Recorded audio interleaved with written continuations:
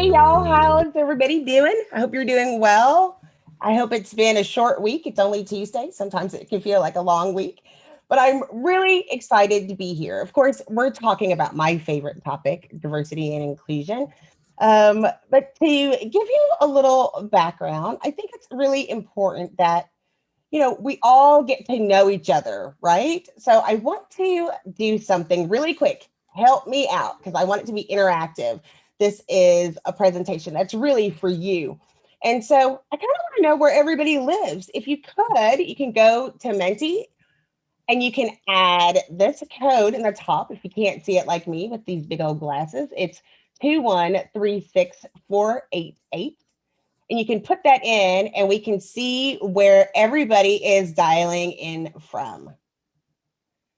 I would love to see where everybody is from. The link is there too. You can also click it there in the chat.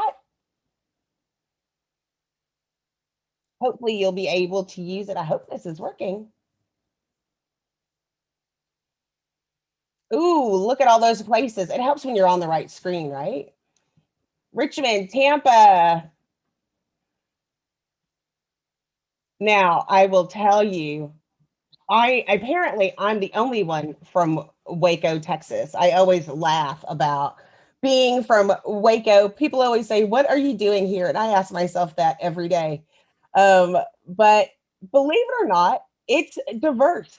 It's very diverse here in Waco. I'm excited to see all my Seattle friends. Looks like we have a lot of people from Chicago and Atlanta. Thank you guys for helping me out and adding that information. It's always interesting to see where people are coming from.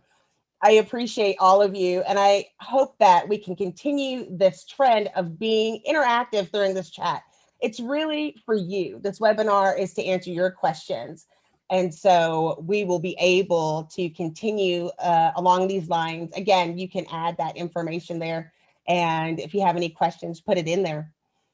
But as I mentioned, I'm from Waco, Texas. I am the Diversity, Equity, and Inclusion Strategist here at SeekOut, which I love. I go as Black. I'm also neurodiverse. A lot of people don't know that I do have a disability and I am neurodiverse. And I'm also a proud Texan and a proud Wacoan, home of the NCAA men's basketball championship team. Woot woot, go Baylor, sick 'em Bears.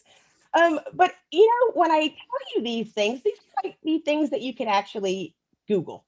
You can find those things. It's like the tip of the iceberg. But as Kelsey mentioned, I'm also a mom. I'm also a junior league member. I am also a volunteer. I am a sister. I am a daughter, and all of these things are a part of me. Now, when we talk about diversity and inclusion, you often hear bringing your whole selves to work.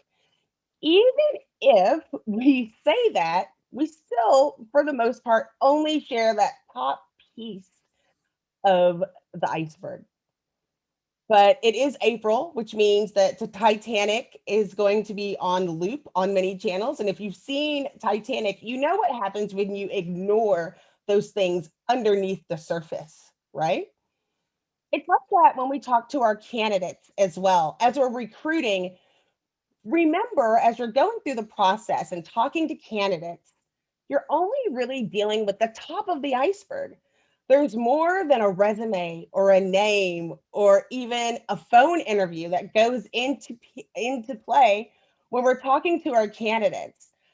And so today, we're going to be talking about these various ways that we can use data to have candidates, all while keeping in mind that all of these things are attached to a person. So, if we are talking about data, I like to start with the facts. Now, I know that you can read this, but I think it's interesting. There's so much interesting information that's going in the diversity and inclusion space. The reason that we're doing this is not just because it's the right thing to do. If you think about it, there are many layers, and a lot of this stems out of tragedy. It's unfortunate that some of these things brought it to our attention, but sometimes you thank God for unanswered prayers and tragedy because we can bring about change.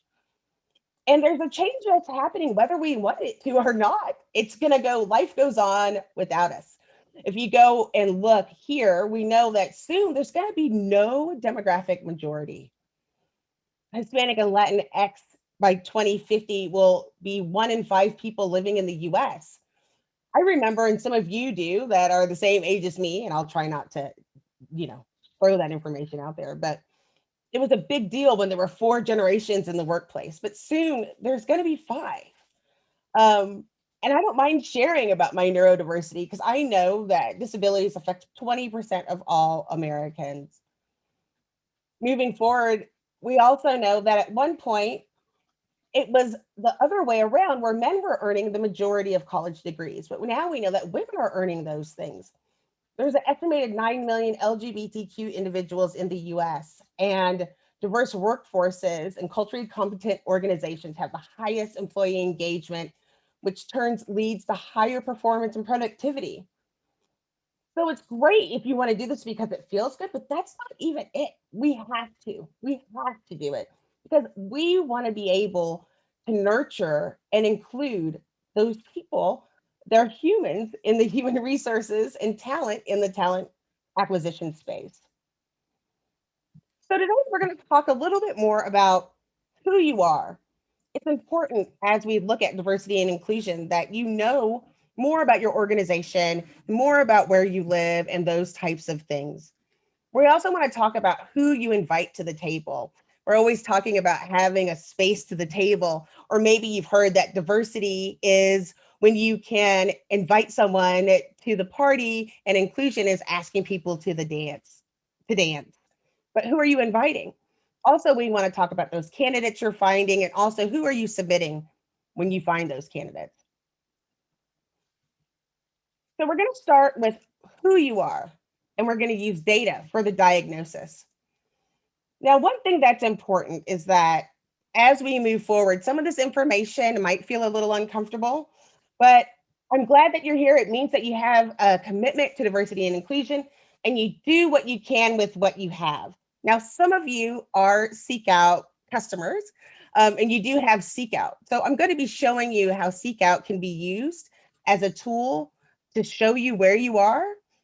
And I will share information if you would like to get a demo later about SeekOut. But I still need you to keep it in mind with whatever tools you have. Keep those things into consideration as we move forward. And so I want to just make sure that we're in the right place and that I know who I'm talking with. So if you can, again, go back into that area in Menti and let's see what your job title is. I want to make sure that I target this and make sure that I give you all the information you need. I'd love to know what your job title is. Maybe you're a diversity strategist, a recruiter, or a sourcer. But you can put that there so we can talk about the different layers.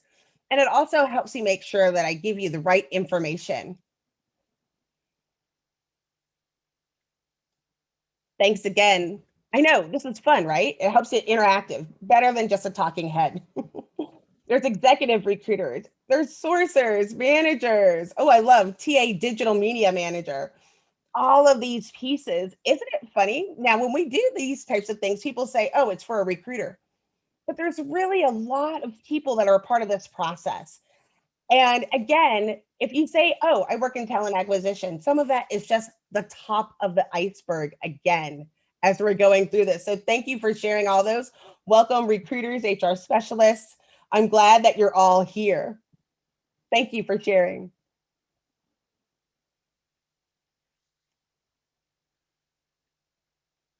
So you're going to do the best you can until you know better. We do the best with what we have. But then when we know better, we do better. So hopefully today you will know better so you can do better in your own practice. A lot of this starts with our job descriptions versus job specification. So who are you inviting to the table?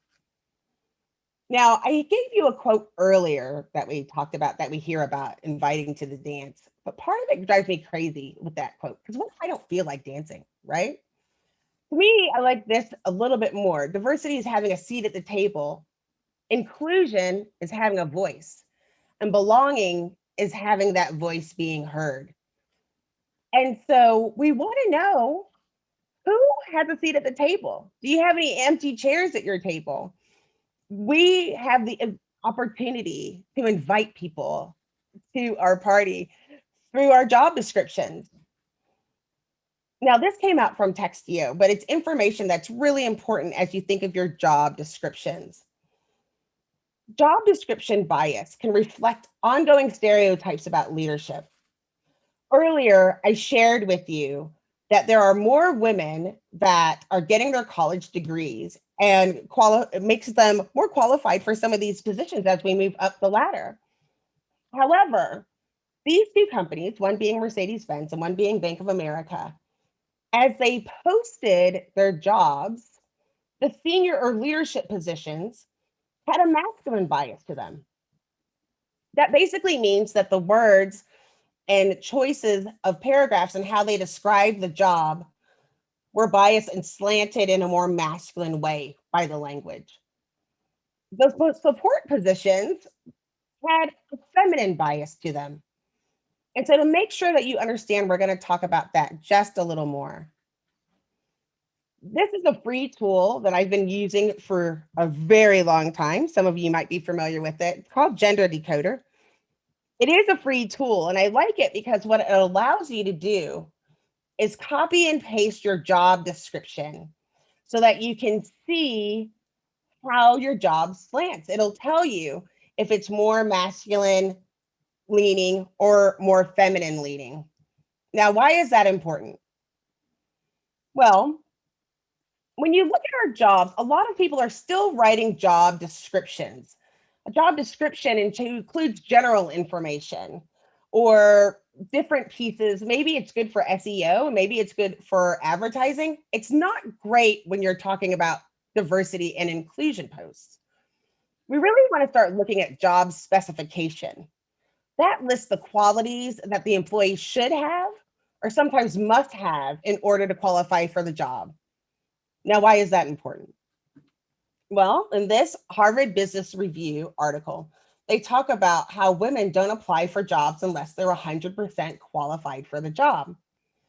Part of that, thanks to Gender Decoder, also will tell you if they feel like they can see themselves in their role based on the language.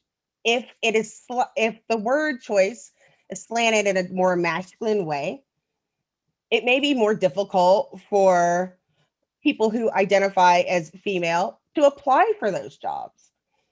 And they might not apply at all because they can't see themselves based on the language.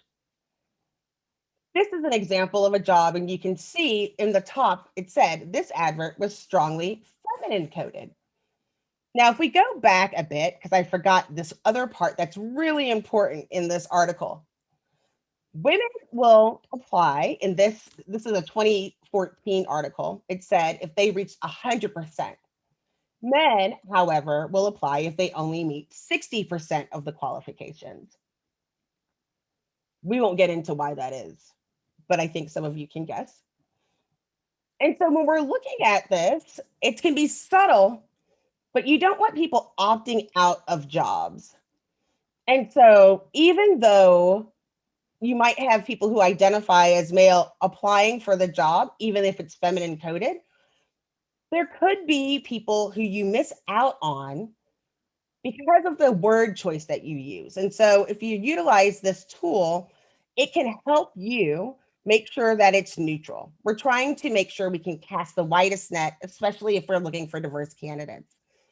There's a lot of competition. We want to make sure that we're adding what's important and specific and making sure that it's neutral. We also want to make sure that we are engaged in all of the different groups. And so I had this question that I wanted to ask. And this is just a guess. Can you guess what percent of millennials feel like they're more engaged when they feel like their company fosters an inclusive culture? This I found interesting. Now we know that we are about to have 5 generations. This is millennials. We're already dealing with Gen Z. And so all of these things become really important.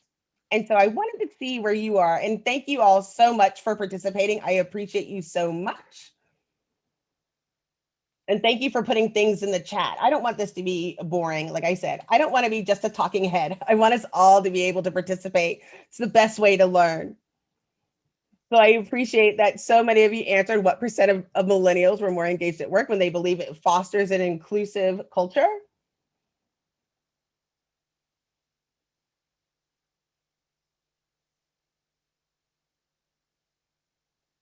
So people who put 83%, you are absolutely right.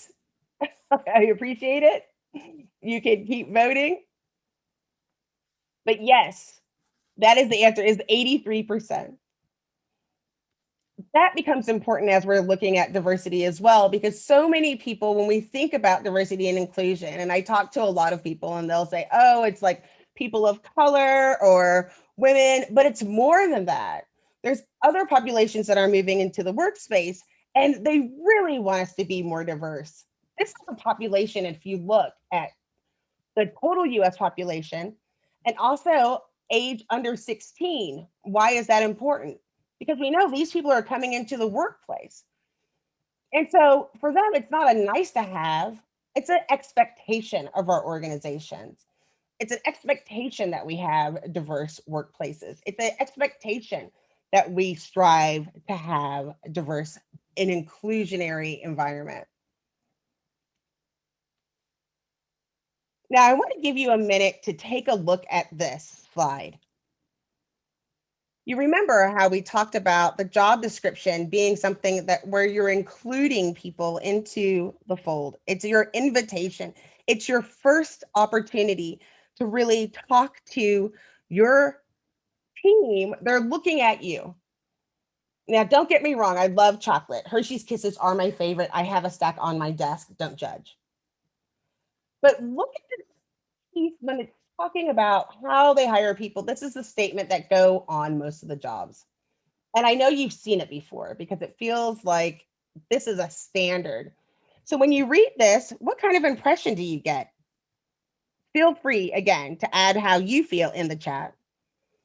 But when I read this, it's kind of like, yeah.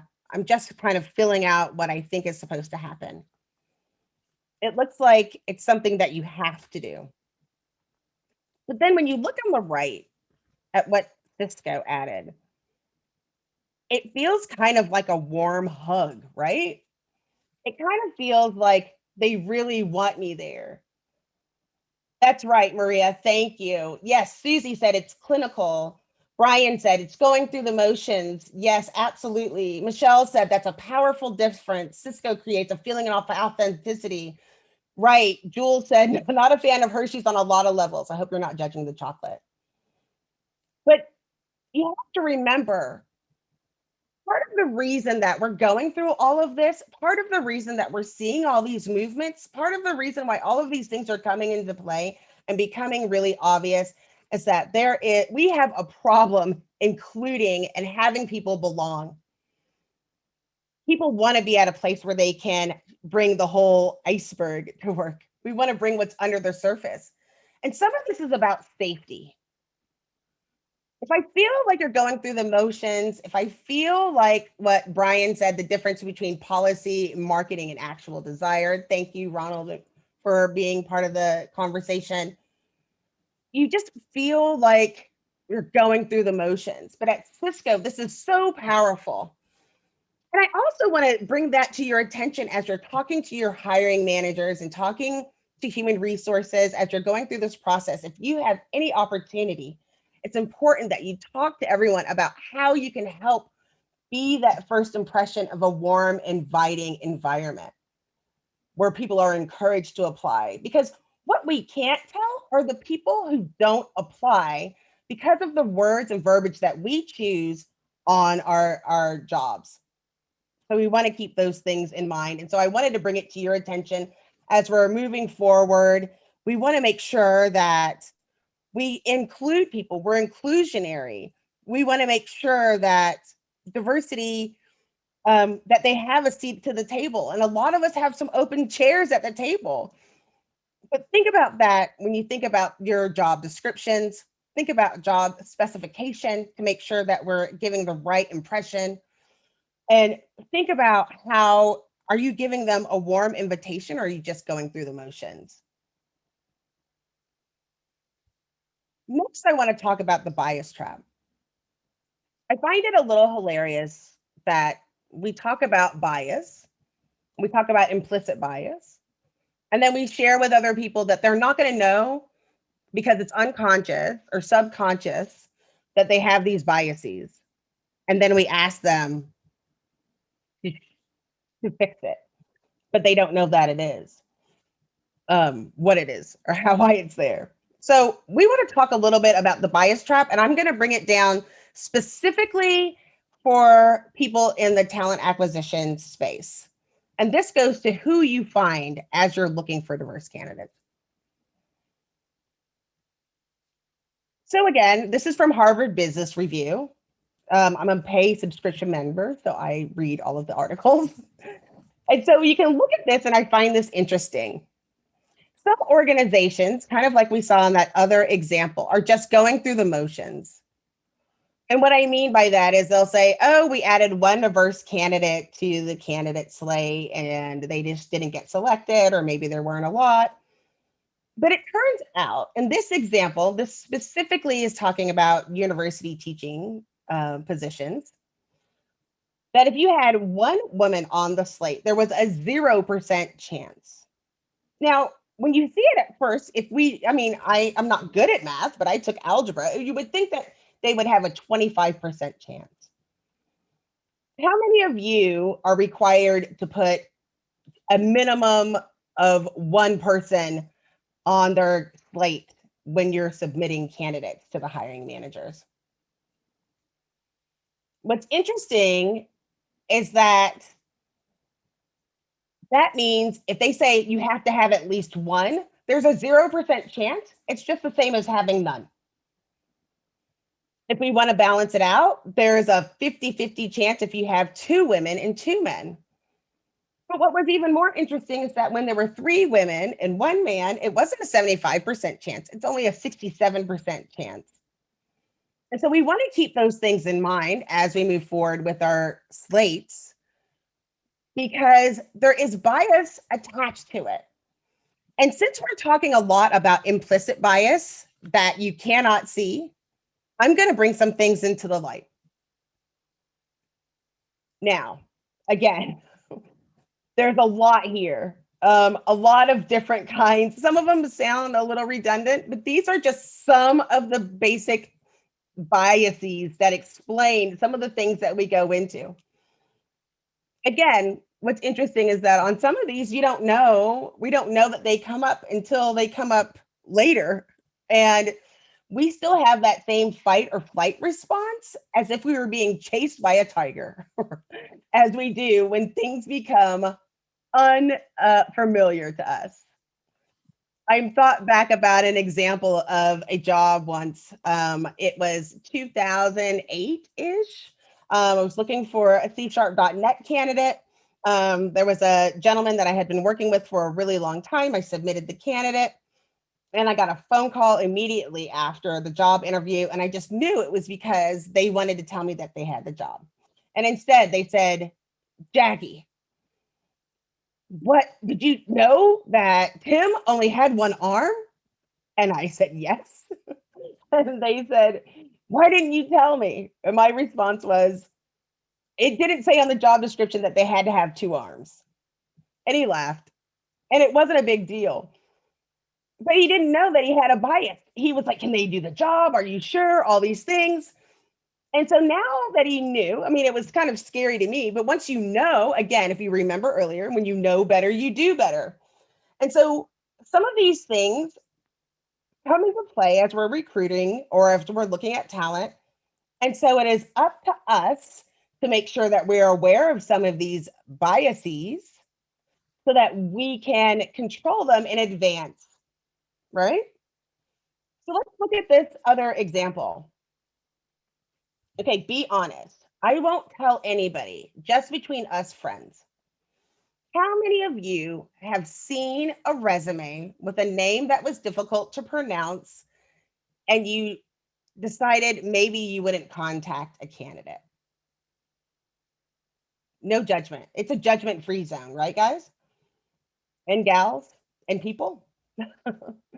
There's been times when I look at a name and I picked this one specifically because this is Marcus. If you went and you listened and you saw it, it would say Marquis or Marquise. One of the things that I ran into when I talk to other, what I've seen in the field are people that don't contact a candidate out of fear of making a mistake. I don't know how to pronounce this person's name. I don't know where this person's from. All of these biases kick in. So this is a resume bias. Is some of the things that go into talent acquisition that I want you to think about as you're looking at resumes and finding diverse talent. Some things are explicit. Like this is a Black man, as you can see. And if some people said, I don't want to hire him, I don't think he'd fit in, we don't have any Black people here, that's explicit bias. That's when you know what it is. Implicit bias that you might not realize is those things that start, maybe you didn't think it was out, but as soon as you saw where this person lived, you said, oh, they're not going to be a good fit. They live too far away. There are some other things like halo effect that go into play where you're like, I don't know if this is a good candidate or not, but they work at Google. So I'm going to make sure that this candidate, I'm going to put him through because he worked at Google. So he must be good. Maybe there's an affinity bias where people are, oh, this was a tough certification. It was hard for me. So I know they must be smart. So I'm gonna put this person through.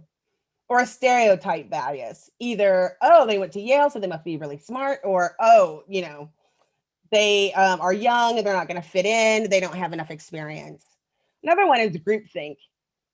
How many of you have seen or heard of, I'm sure it's nobody in this room and nobody in this group, but people who say, oh, they like people from University of Central Florida, so that's where this person went through, so send them through, right?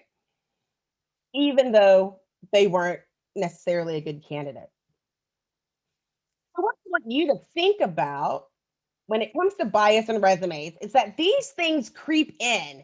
And how you know if it's something that you need to pay attention to, it's when you make a judgment call and it has nothing to do with the job, right? Nothing to do with the job. It doesn't have to do with what we talked about, the job specification. It doesn't have to do with what we put in as a required skill. Either you make a judgment call that you're going to send the candidate through of something outside of your job. I read an article once and it's old. You can Google it, but I wrote it a long time ago and it's called You're a Sorcerer, Not a Sorcerer. You don't have to guess. Sometimes we get so into it that we feel like, oh, we're going to send, we know exactly what the hiring manager thinks. We know exactly what's going on with the candidate. We're going to send this person through, or we're not going to send this person through on a gut feeling. But really, it's our job to send talented people based on the talent. So don't let these biases get in the way. Make sure that you think about it first. If you find yourself not sending a candidate for something outside of what the required skills are, that's your alarm. Write it down. So it's no longer a bias that you're unfamiliar with. It's something that you know that you can look up for and that you can set yourself up for success. If you are unaware, that's when you get yourself set up for failure. These are things that we're going to have to work on. And as they come up, you'll get that little feeling, write it down so that you continue to work on it. Because when you know better, you do better. So when I look at some of the ways, well, let me back up. Part of the reason that I got into doing this work with diversity and inclusion is because people weren't going to be able to find me using the traditional methods and the ways that we talked about how to find diverse candidates. And if you Google it, these things are still out there for you. This is talking about how you can find diverse candidates. These are looking at women. And for a while, people said, oh, look for the top 100 female names. Well, I'm not going to be on that list because I spell my name funny, right? And if you use that list, it only shows you 20% of female candidates and it's inherently biased. So I'm happy to say this is an example. I was looking at inferred female candidates with the title of software engineer. And we can see those candidates easier without having to go through that process. And we're very proud of the fact that we have that filter and we have the ability to find those candidates in a smarter way, in a different way. Um, and just in case you were wondering, if you were looking for female software engineers, there seem to be a lot in the San Francisco Bay Area. No surprise. But it's the same when we're talking about looking for Black or African American candidates.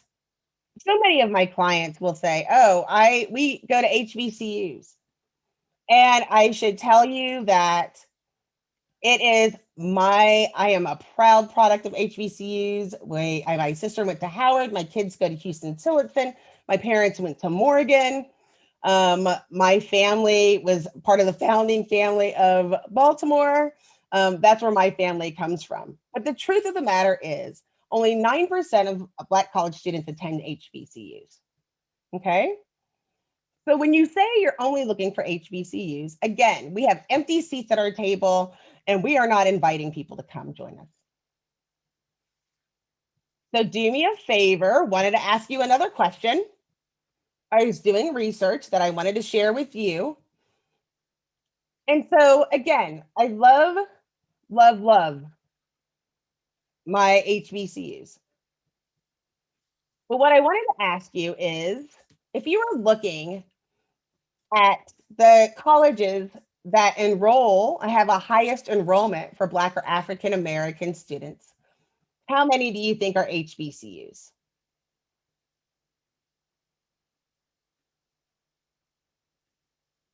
I'll give you about a minute. Thank you, Skylar, for putting it there.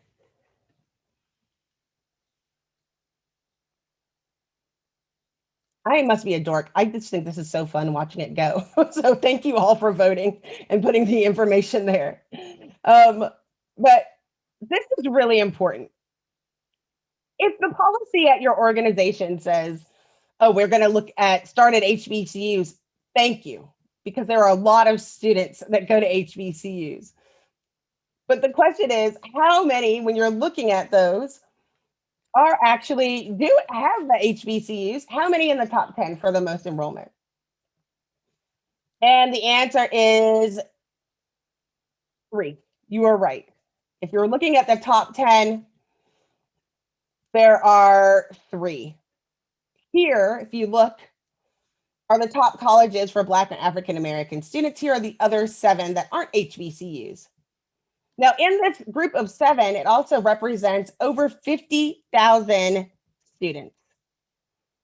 50,000 students. Are any of you looking at these organizations as well when you're looking for Black or African American candidates? Emily's a UCF alum. Glad to see it. So you have to keep these things in mind. If that's what you're trying to do, you need to be able to know where people are, right? We want to meet you where you are, but we need to meet the candidates and the diverse candidates where they are. Can any of you guess and put in the chat what college or university produces the most Black or African American software engineers? Any guesses?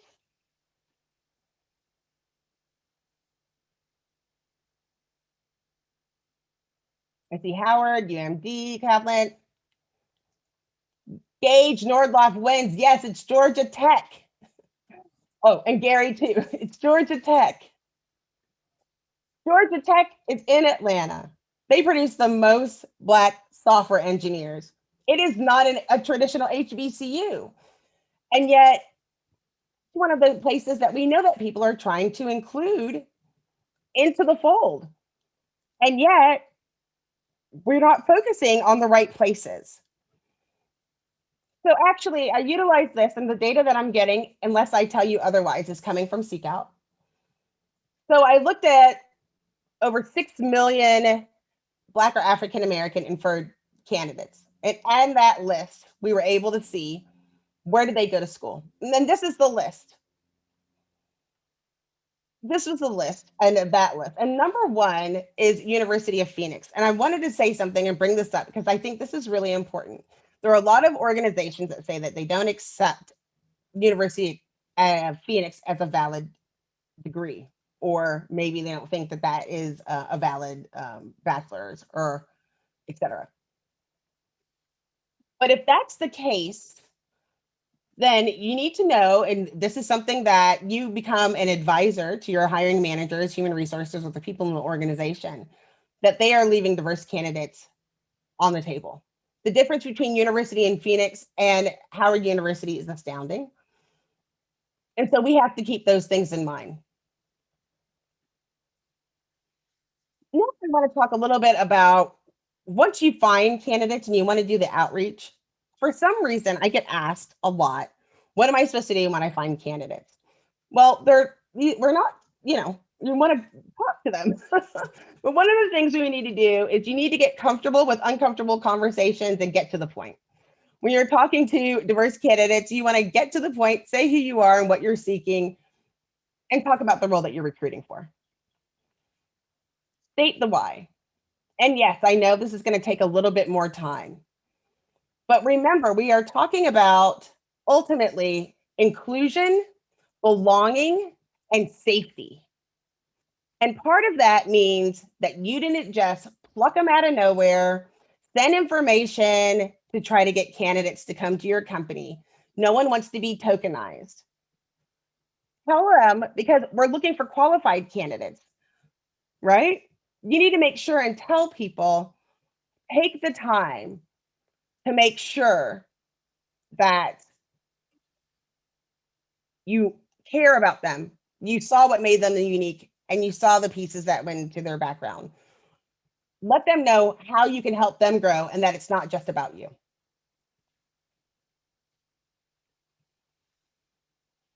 Here's a sample email that talks a little bit more about some of the things that you can add.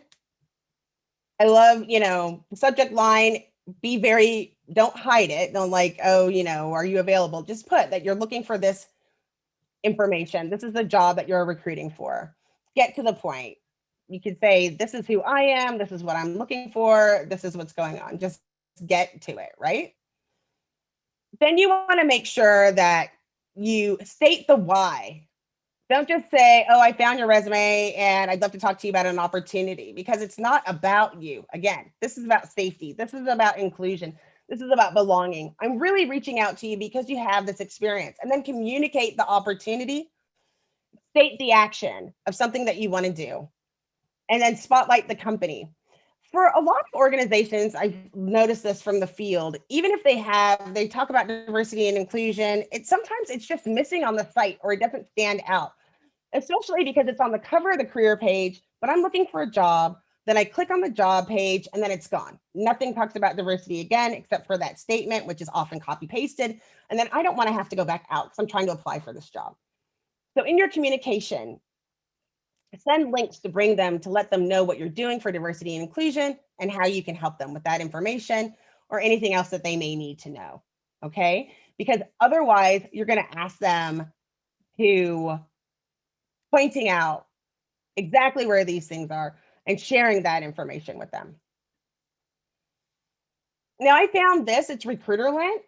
You can see there's a link there that you can go to. It's from Sourcing.io. But I love this because you can copy and paste an example and it can help you with some of your outreach. And I thought it was really helpful. So I wanted to throw that in there. And that's where I got some of the examples. And so I wanted to share that with you so that you can look at some of that information and see some of your outreach to make sure that you're getting to the point and you have all the information that you need there when you're communicating with candidates. So the next piece is, who do you submit? These are some of the dimensions. These are different inclusion dimensions and things that we're looking for internally. We want to know some of this information. We want to be able to have that inclusion. We want to be able to have open communication. And so you want to make sure you understand the inclusion dimensions as you're reaching out to candidates and making sure that they're on board before you submit your candidates. You want to have all of the information here so that, again, you can speak to that safety, inclusion, and belonging. Now, if you remember back to this example that we were talking about, the biases that happen for recruiters, those biases can also happen for your hiring managers. And so one thing that we've done here at SeekOut, we have something that is currently called blind hiring mode, soon to be named something else. Stay tuned. So you can take that information so that if somebody says, oh, I don't want to pronounce the name, or they have a biases against it, well, guess what? We take that information out. Out of the box, it turns people into cats, but I'm a dog person, so I added a picture of my chihuahua. But you can redact the information so that we can get straight to the facts. But you also want to take some of those biases and put it in when you submit the candidates, let them know anything that you think could be questionable. Answer those things up front to take away that bias. Make sure that you say, these are the things, if you have a hiring manager that usually would push back. And something that's great with SeekOut is that when you're doing this, you can actually submit this information to the hiring managers, even if they don't have a license. So you can submit it like this with the information redacted so that they can get straight to the point. And so I can tell you, as someone who does this work day in and day out, it can be a little bit puzzling when you find some of the information. There's pushback. It's not always fun in diversity and inclusion when you see the pushback when things are coming back. But it's not about what we want to be true or our preferences to determine what's true. We need to be able to look at all the stages through the funnel and make sure that we have the information that we need so that we can be honest and transparent. Something else that I want to talk about is that most recently you see all these pledges. I don't know if any of you have seen them, but I've seen lots of pledges from people. They're pledged to racial equality, diversity, and inclusion. But the facts are what they are. And so it's important that you utilize data for your diagnosis. This example here, I just used SeekOut to look at a company alumni because you have to know where you are today, but you have to know how you got here. So this is looking, I picked on Google just because they're huge and I didn't think they would mind, and they're very transparent with their numbers. But this is looking at who has left the company in the past 2 years. And I specifically was looking at the diversity tag in SeekOut because I wanted to see what types of candidates were leaving. And if you look, there's over 7,000 females. That's 31% of all of the people that have left, which is over 23,000. We are talking about 7,000 females. And you can break it down and look at what department, what city, all of those things so that you can identify those gaps, because that really comes into play when you're looking at who you're going to be able to bring in. Along with a lot of these different pledges, people said, oh, we're going to increase by 30%, 40%, et cetera. We want to be able to look at these numbers so that we can see exactly what we're dealing with, to see if we have realistic goals. But we also want to see if there's any issues that we need to deal with or areas and opportunities that we have in order to train about implicit bias, if there's anything else that we need to do on our end to make sure that once we do all of this work to find these candidates, that they feel comfortable once they get to our organizations. So again, in conclusion, it's important that you know who you are. Who are you as an organization? What's going on under the surface? We also want to talk about, again, who are you inviting to those open seats at the table? And who are you finding? Where are you finding them? But also talking about who you are submitting and who are you submitting and how are you submitting those people to your hiring managers. And so if you want to learn more about SeekOut, again, most of the data that I have here did come from utilizing SeekOut, our people insights. And so I'd love to give you an opportunity if you're interested in learning more about SeekOut. We would love to allow you to have a demo. With that being said, that's part of the content. I would love to open it up to questions for you with some of the time that we have left. I know we have about 14 minutes left. So I'd love it if you put it in the Q&A down in the bottom, and then that way I can answer any questions that you may have so that we could be able to answer those. And maybe you've asked some questions in the past in the chat while I've been speaking. But if you have those, I'm here and I would love to answer any questions that you may have.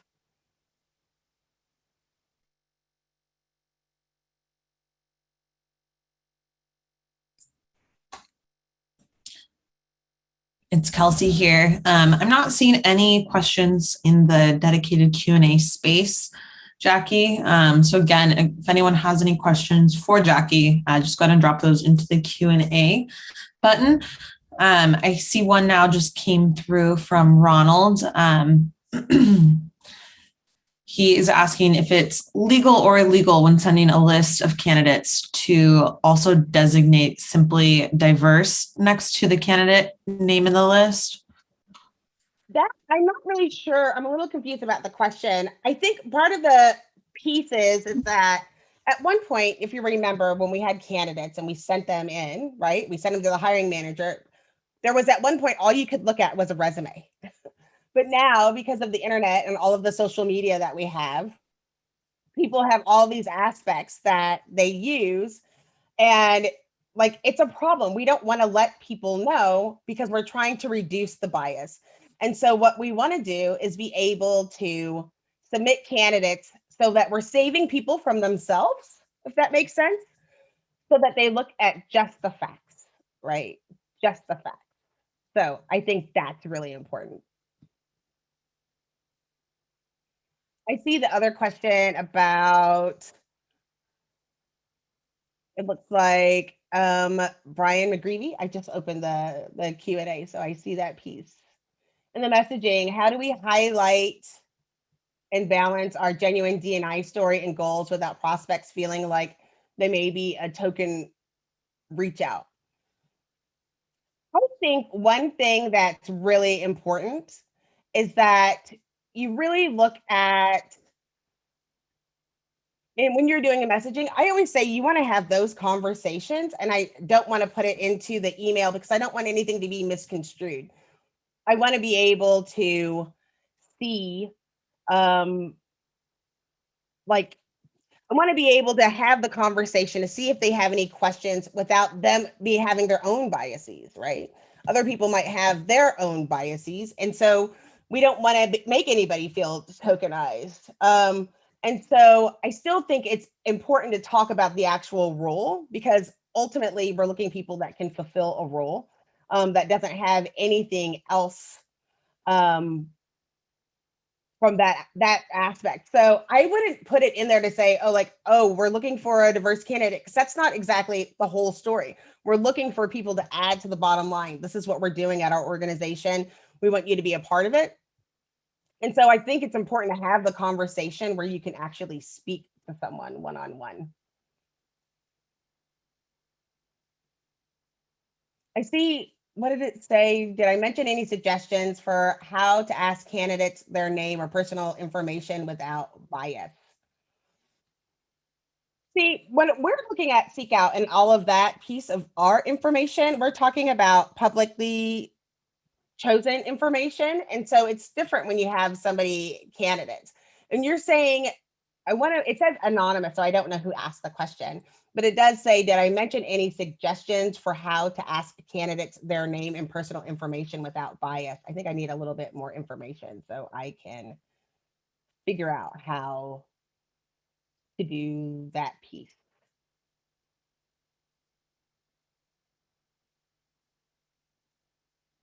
Oh, I see there. I am a current SeekOut user. Would love to see how you use power filters to source diverse candidates. I can do that.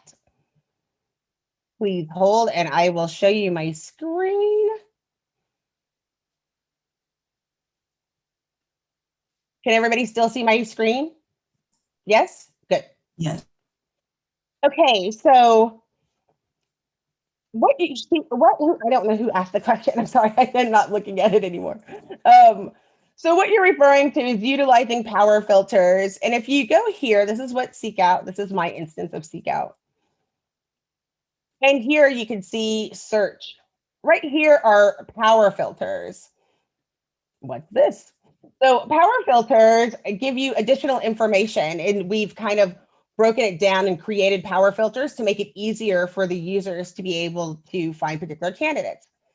So if I go here, here are all of the various power filters, and there's a lot of them, right? There's a lot of them. So you can see here, there is general diversity here that you can utilize, but you can use more than one filter. Like if I was looking for,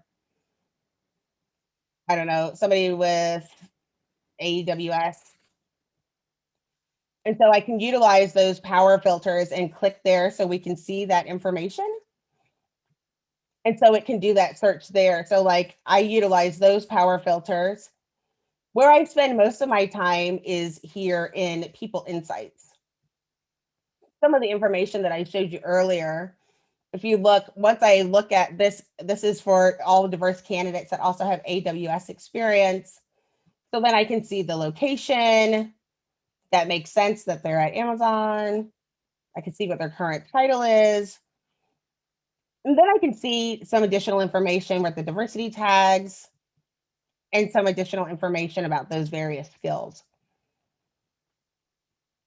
Now, all of these things are clickable. So like if I was looking for Hispanic or Latinx, I can see the number by hovering over. And I can also see the information here. These are all inferred, so I can see what falls into that group. And so we can also utilize more than one power filter. It's a lot of what it's going through the search, since there is, 580 million candidates. So it could take a while if we do it that way. But you could also click and look at some of these various, get insights on other insights about diversity, where they are, where they live. So you can look at that information, as well as this is just looking at the people insights. And of course, you can actually see the candidates and gather some additional information here. I hope I answered your question and started looking at it. But a lot of the information, like I was referring to earlier, actually did come here from People Insights. And so if I clear the information, you can see additional insights about different companies, and it just helps me in finding some of the specific information that I'm looking for.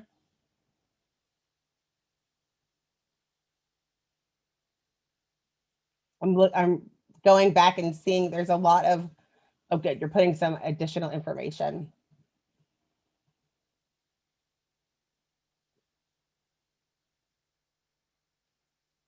Oh, I'm looking, it says I'm desperately looking for female developers in the 5G wireless space for Ottawa.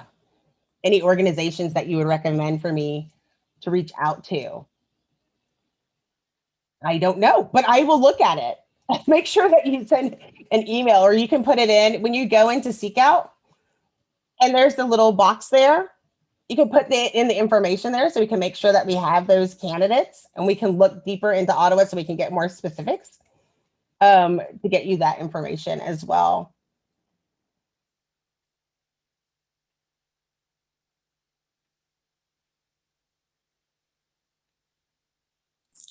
Jackye, we have one last question here. What's your take on using photos as an indicator or signal of diversity to identify diversity? It's hard. I think one of the things that is important, as long as we're opting people in, is always my biggest concern. Sometimes when we look at all of the information, we're looking at utilizing technology in order to find various candidates. And we have to have a data set to be able to do that.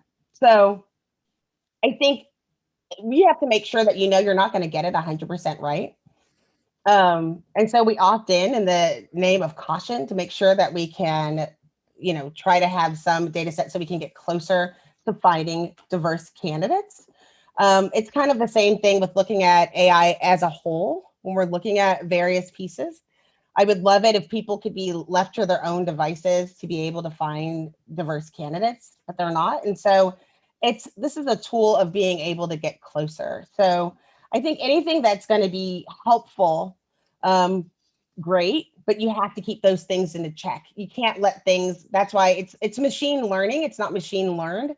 And so part of that is us helping the machine learn the right things to make sure that we keep those things in check. So I'm all for anything that's going to make it helpful, as long as we continue to look and make sure that we're not making any mistakes. And if we are, being transparent.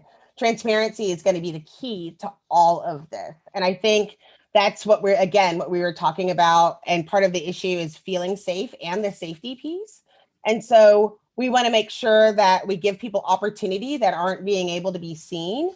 And so I think that's the most important part, is making sure that we can have those voices and those seats at the table to make sure that we're inclusive and we have those pieces filled.